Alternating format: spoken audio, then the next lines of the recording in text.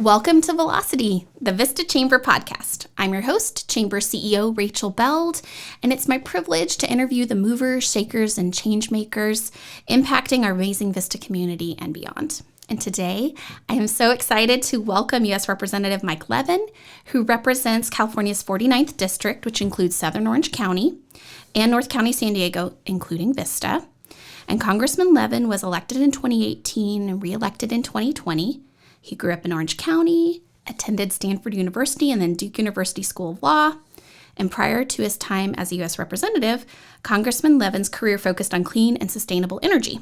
He currently sits on several committees: the House Committee on Natural Resources, the House Select Committee on the Climate Crisis, the House Committee on Veterans Affairs, where he also chairs the Subcommittee on Economic Opportunity.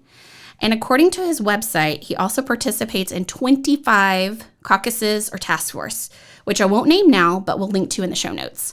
I do want to mention that Congressman Levin is part of the Small Brewers Caucus, which I'm sure our 19 Vista breweries are appreciative of that.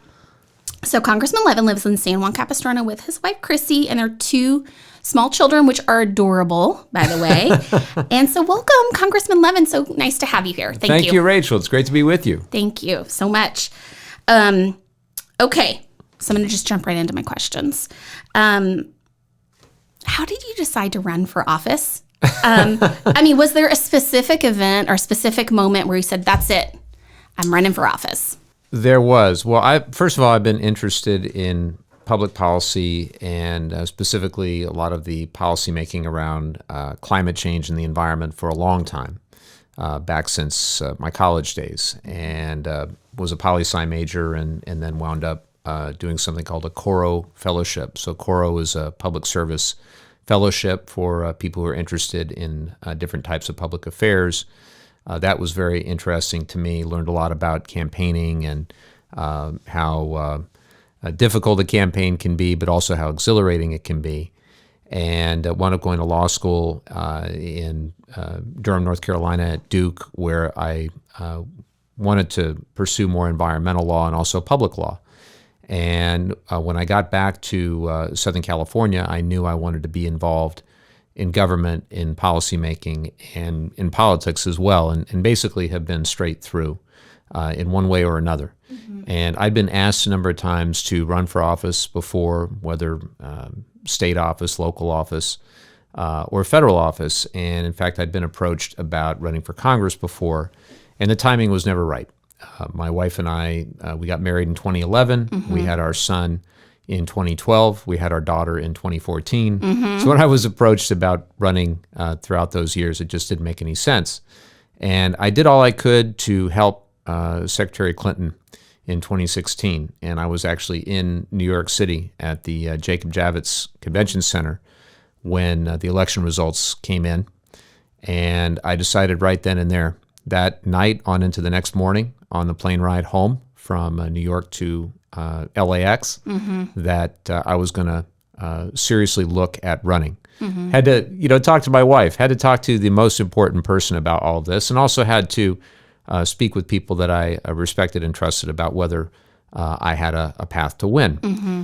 And what we felt turned out to be a correct hypothesis was that issues of climate and environmental sustainability, coastal protection that were directly relevant to our district were also things that I had worked on as an attorney and in the nonprofit world and in the business world, and that it was a good fit to run as a clean energy advocate. It was a good fit in the 2018 election, given the dynamic of that election, to run for the House of Representatives. Mm-hmm.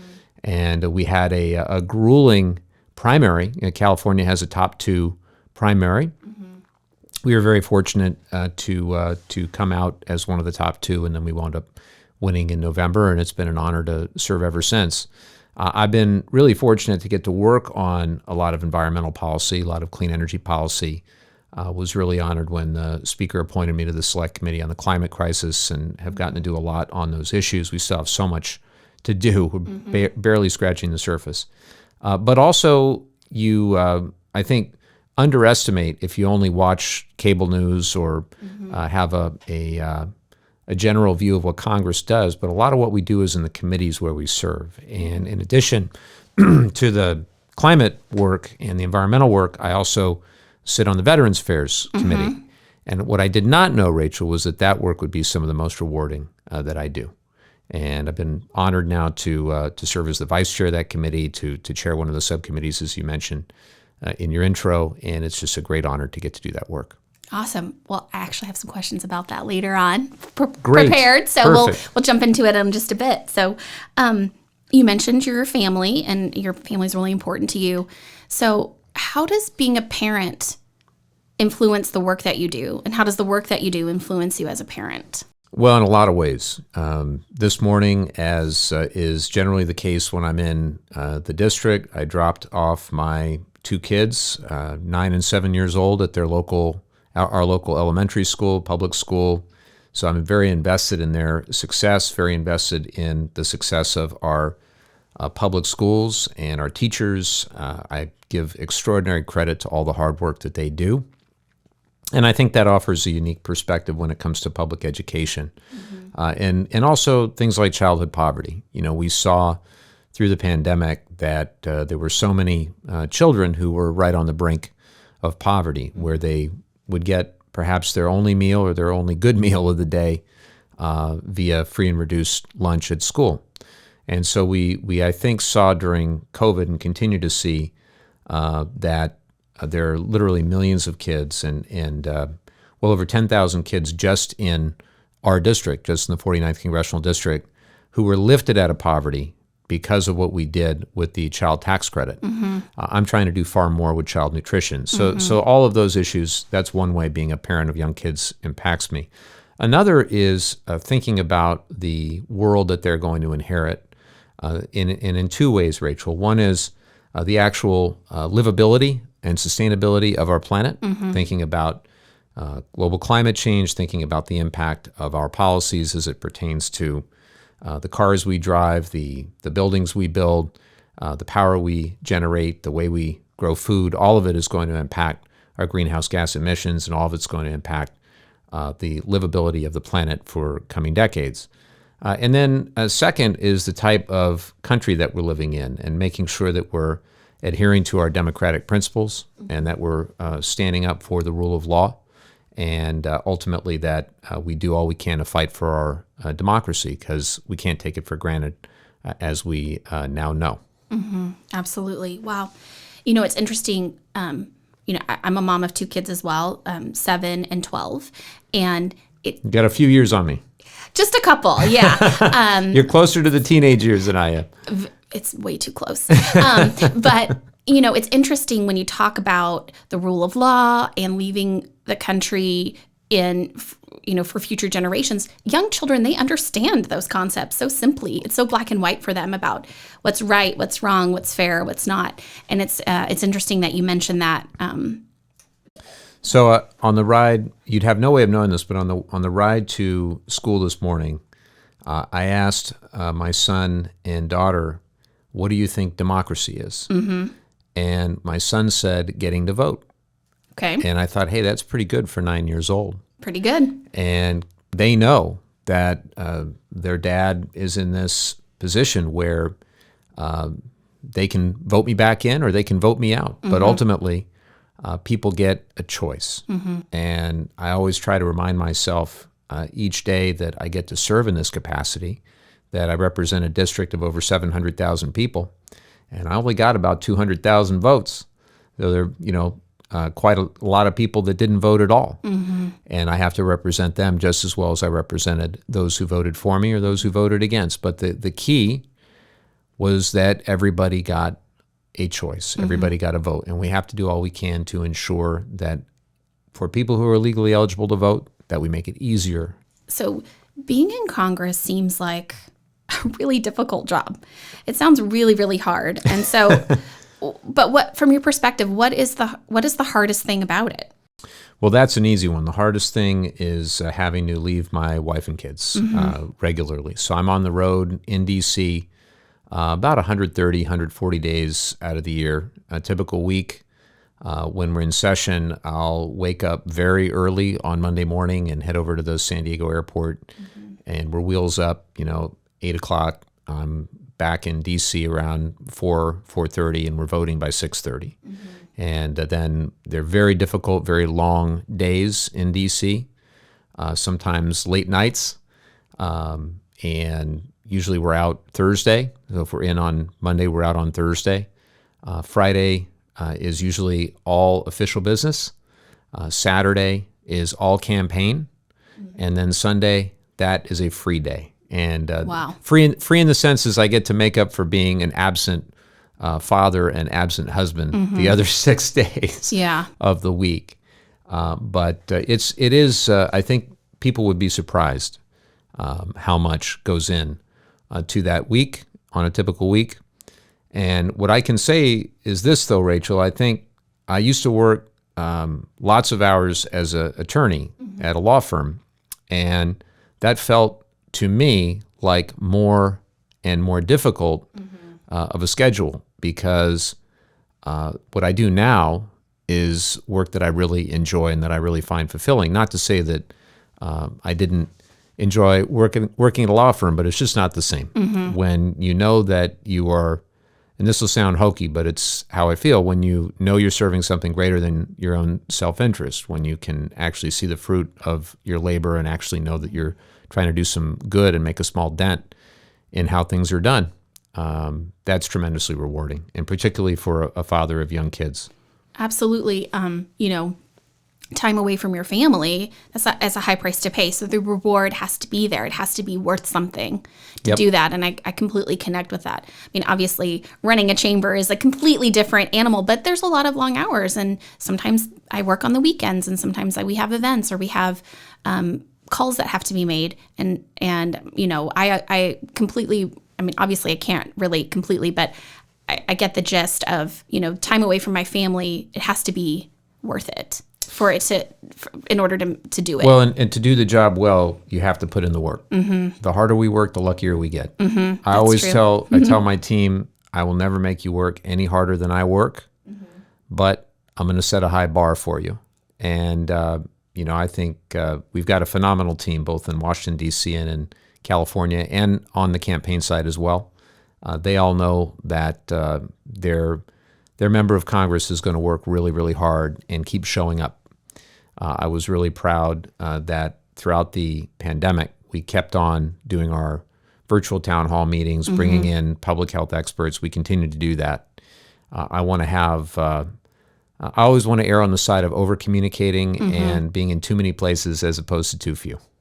I feel like you are on Facebook Live every day. I don't know about every day. Well, every time I log into Facebook, I'm like, oh, there's Congressman Levin. He's going live and doing a town hall. So I think that's good. People want to know what's happening with all levels of government. So I think that's really important. Well, and you try to meet people where they are. And, there are obvious shortcomings to social media, but it's also an important and powerful means of communicating. And so we try to do that. We do podcasts. We'll do whatever we can. I do think it's important that, to mention that my emphasis has been on trying to focus on issues that actually matter to our district, as opposed to getting caught up in the national back and forth in an era of hyperpartisanship and divisiveness. I just don't think there's any desire for me to want to be part of that back and forth. Not to say I won't stand up for my values and principles, but you won't see me screaming on cable news in a partisan way, ever. Well, that's refreshing. So how do you decide, how does your team, because I know you don't do all the work yourself, you have an amazing team. How do you decide which priorities to focus on? I know you've mentioned climate and sustainability and veterans issues, but how do you decide exactly what needs to be addressed? Because there's only so many hours in the day. Well, I think the most important consideration for me is this important to our district? And if it's not, why are we getting deeply involved? And so that, weeds out a lot of requests from a lot of different places and people for meetings that are not directly relevant to our district, to our communities. There are plenty of things to do that are, and you have to be selective there as well. You have to be a bit of a generalist in Congress where, you mentioned at the outset I was part of 25 committees or task forces or caucuses, and that's true. So you try to learn as much as you can about a wide variety of topics, but then you try to go deep. And what I have found in Congress is that you go deep in those areas where you had pre-existing knowledge. So for me, a lot of the work around climate and energy policy is where I've been able to add my expertise from past work. And just the same, I think of many of my colleagues, Jamie Raskin, who was on a Zoom with this morning, he was a constitutional lawyer before running for Congress. So when there are matters of constitutional law, we go to Jamie. And every member has a background, has a history, and has things that they bring to the table that they are able to uniquely speak about. And so I try to, always be involved in those areas where I've got that relevant background. Awesome.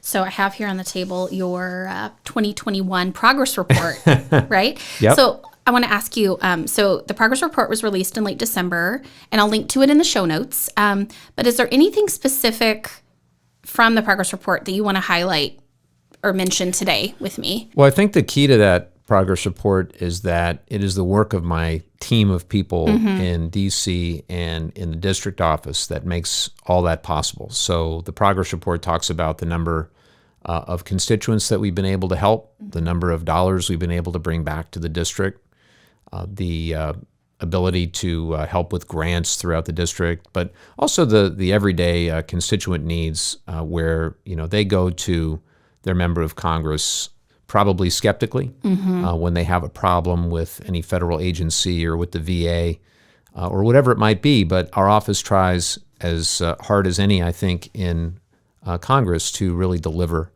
for our constituents and do the best casework that we can. And I'm very proud of that work.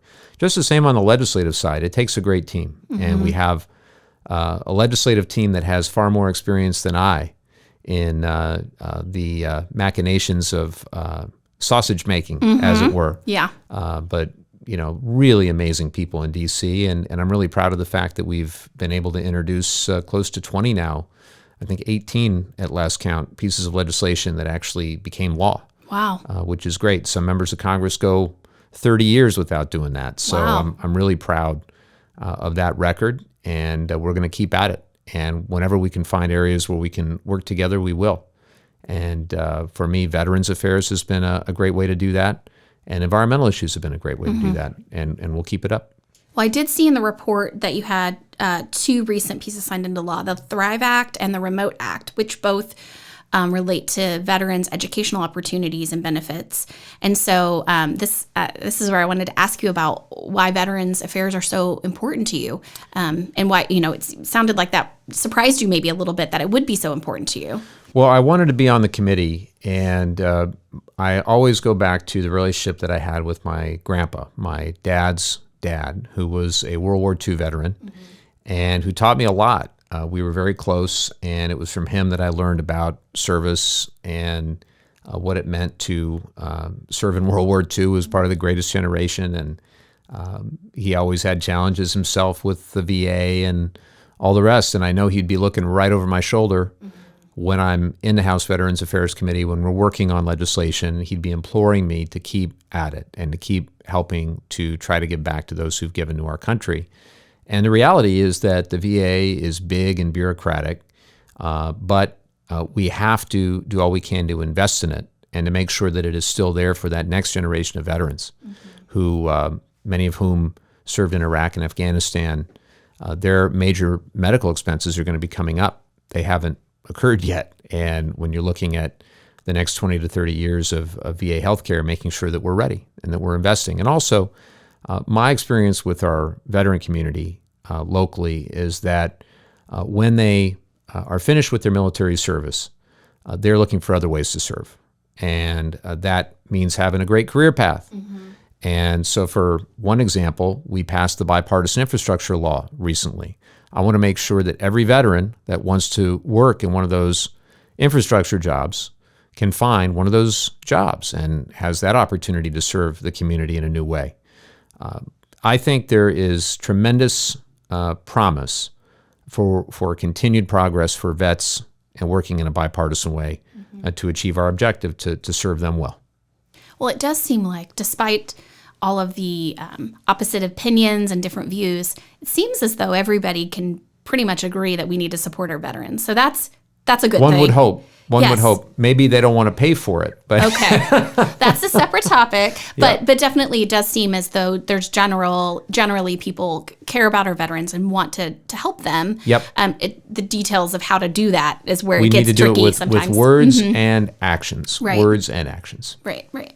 Well, I know you mentioned the infrastructure bill. I do want to also, and I know I've shared this with you before outside the podcast, but I want to just personally thank you for supporting America Rescue Plan because, the city of Vista received $26.2 million in funding related to that. And there was so many other things part of that bill, but specifically I wanted to mention that because it's just simply amazing to have those funds deployed right in our community to spur economic development and to help with recovery and so many other things. The city allocated $2.7 million for a small business grant program, which the chamber is administering. And so that's been an exciting way that we can contribute. But they also partnered with us and provided funds. We're launching a student internship program, and we're doing a workforce development study to identify where there are programmatic gaps for transitioning adults. There's a lot of people in transition post-COVID, and so I just want to personally thank you for your support of that. Thank you. Because I've seen the impact here. We had to fight hard for that. So you may recall that cities under 500,000 were left out of the prior round of state and local government funding. So the money would have gone to San Diego County, then would have had been distributed to the smaller cities. And cities bigger than 500,000, like the city of San Diego, received direct funding previously. But all of the other cities in our district, whether in North County, San Diego, or South Orange County, got zero, got nothing.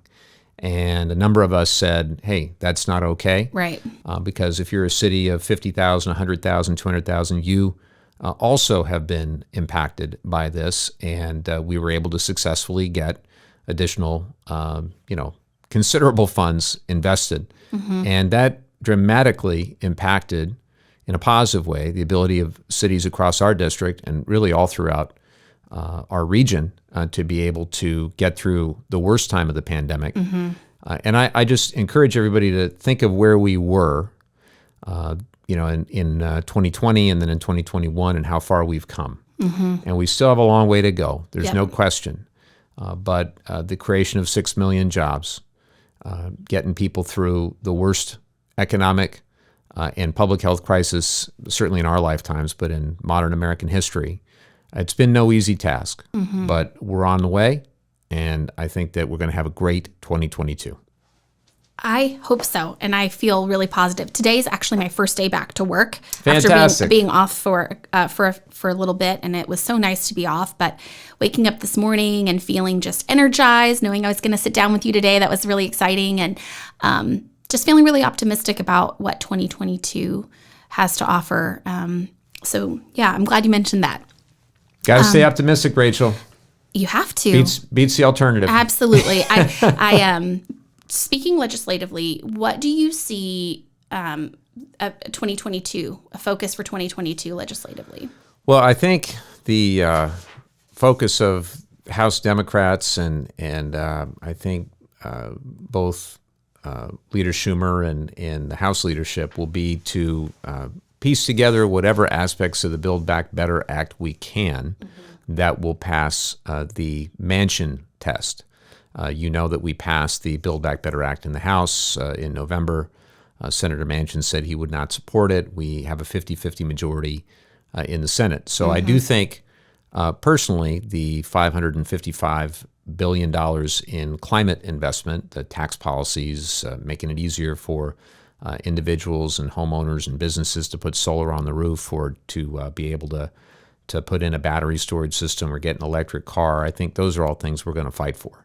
And Senator Manchin's indicated that he is with us on the tax policies. So that's a top priority of mine. And the other aspects as well, making sure that the gains we made with child poverty that I referenced or the other things we want to do to shore up the Affordable Care Act, to bring down prescription drug costs, all that hopefully will be on the table and we can come to an agreement via the budget reconciliation process with Senator Manchin, Senator Sinema, and others, and get that across the line. Just the same voting rights. I know the Senate is considering the Freedom to Vote Act, which is their version of the their version of the H.R. 1, the For the People Act that we passed in the House in both the 116th and 117th Congresses. So, if there's a pattern, it's that the House will pass things and then the Senate will sit on them or will not get them done because of the filibuster. But I do think that there'll be a renewed effort to get the John Lewis Voting Rights Advancement Act and the Freedom to Vote Act across the line for the reasons I brought up before, where we really want to make sure that if you are legally eligible to vote, that it's easier to do so, not harder, that we're not suppressing the vote and that everyone's vote is being counted accurately, and that we're doing all we can to stand up for foreign interference in our elections. All that stuff should be a no-brainer, but somehow became partisan after the 2020 election, at least in the eyes of some. But we're going to keep at it. Great. So you mentioned the 116th and 117th Congress. Can I just ask, how do they decide the numbering? Because it seems like we should have had more Congresses than that. No, if you go back to the beginning. Okay. Yeah, that's the actual It started with number progression. 1. Yep. And then it keeps going. Yep. Okay. Thank you for that. I feel like if I'm wondering that, maybe someone else is too. Nope. Because it seems... We're at 234 years in? Yes. Yep, there you go. Okay. Divide by 2. Yep. Okay. Got to run for re-election every 2 years. That's how it goes. I know. And I know that that's part of the framework of our country, but it does seem, when you mentioned earlier how your time has to be spent, a day a week working on campaigning, you have to run every 2 years, and that seems like a lot of work. Well, it is, but I also think that the framers ingeniously crafted a system where the representatives would be closest to the people. And what it forces any representative worth their title, because it's actually the job description and the title all in one. Right. If you are going to represent your community, you have to get out there into the community. And so doing the events, the house parties, the town halls, the in-person discussions, and doing a lot of listening, I think is really critical to doing the job effectively. And getting out there both on the official side and the campaign side and doing that repeatedly. The good news here, I enjoy it. That's the key. It doesn't feel like hard work if you enjoy what you're doing. And again, the harder I work, the luckier I get. Sounds good. So I know that you mentioned it previously, and I just want to reiterate that your office has a number of services available to constituents. So I'm going to link to that in the show notes, but is there anything that you want to highlight or mention regarding constituent services? Just that I think my team does a fantastic job, and if they can't help you, they hopefully can find someone who can, whether it's at the state level or the county level or the city level, but give us a try. I am constantly amazed, impressed, and surprised at what we've been able to do for constituents in need. Great. And I know there's some stories highlighted in your progress report, which again, I'll link, and hopefully people will check that out. Okay. So we're coming to the close of our conversations, but I have a couple of rapid fire questions for you. Ready. Okay. So the first one is a book recommendation, a book that everybody should read. Well, I've got a bunch, but I think since we were talking about climate before, I'll go with The Uninhabitable Earth. Okay, I'm writing it down. It's not a fun read because it talks about what our world will look like in real, understandable terms. Our life day in and day out, if we continue to just keep the status quo of pollution, of emissions, of extreme weather, fires, floods, droughts, etc. And it's not a pretty picture, which is why I am committed, and many others, to protecting our planet, to reducing our emissions. And it has short-term benefits too. We all live in this beautiful coastal community. We see the impacts of climate change. It's not theoretical for us. We live it, we experience it, and take that book to your favorite climate skeptic and see what they say. Okay. So a good read, just not before bed. Well, it's not a happy book. Okay. Shall we say? Okay. So next question is a song that you always have to turn up. If you're driving down the road, you hear the song come on, I'm going to go crank it up. Anything U2 or Tom Petty. but in particular the song I Won't Back Down, because when you're running in a tough election, as we were in 2018 and again in 2020, that sort of became my theme song and my mantra. And so I'll go with that one. I love it. I saw Tom Petty at Kaboo Wow. just 2 weeks before he passed away. Oh, wow. And I was so grateful to have that opportunity to see him because he's one of my favorite artists as well. Absolutely. And you too also. But I think we're in the same age range, so we probably like some of the same music. So, something that inspires you. Wow. Wide open. I'm gonna say I'm gonna earn brownie points, although she probably won't listen to this. But my wife inspires me because somehow first of all she's able to put up with me, which is no easy challenge. But she also has a full-time career and is very successful in her. I like to say she has the real job, working in real estate and finance, and she's also just a tremendous partner and an amazing mom, and just a wonderful, kind, decent, funny human being. And so she inspires me every day.